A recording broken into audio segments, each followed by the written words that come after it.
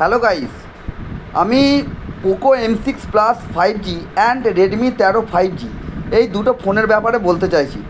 দেখুন, আমি service centre থেকে শুধু ফেরত এসেছি। আমিও নিজে কল সেটিংসে একটা এমন অপশান ভুল করে বশত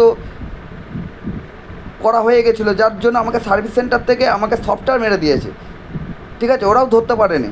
পরে আমি এটা চেষ্টা করে এটা নিজে থেকেই বার করেছি। ঠিক আছে, তারপর আমি সার্ভিস সেন্টারকে জানাই।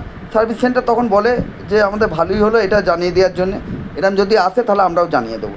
তা কী জন্যে ফোন করেছিস, কী জন্যে আপনাদের বলতে চাইছি গাইস, শুনেন। 1800 দিয়ে যে টোল ফ্রি নম্বরগুলো সেভ করা থাকে, সেটা একমাত্র Poco M6 plus 5G and Redmi 13 5G এই দুটো ফোনে যাবে না। কল সেটিংসে এমন একটা অপশান আছে, সেভ করা থাকলে, যদি না সেভ করা থাকে তাহলে ফোন যাবে।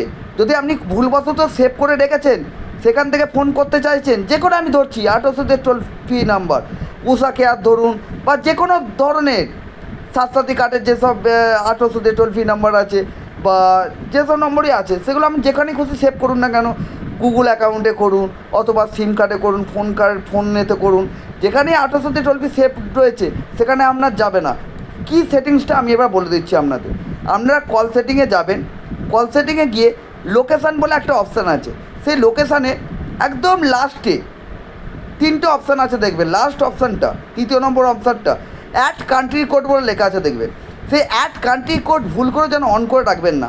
অ্যাড কান্ট্রি কোড অন করা থাকলে তাহলে কী হয়, আপনার 1800 দিয়ে যেসব ফোন নাম্বারগুলো আপনার সেভ করা আছে, সেই নাম্বারগুলো ফোন করলে এই ফোন থেকে যাবে না।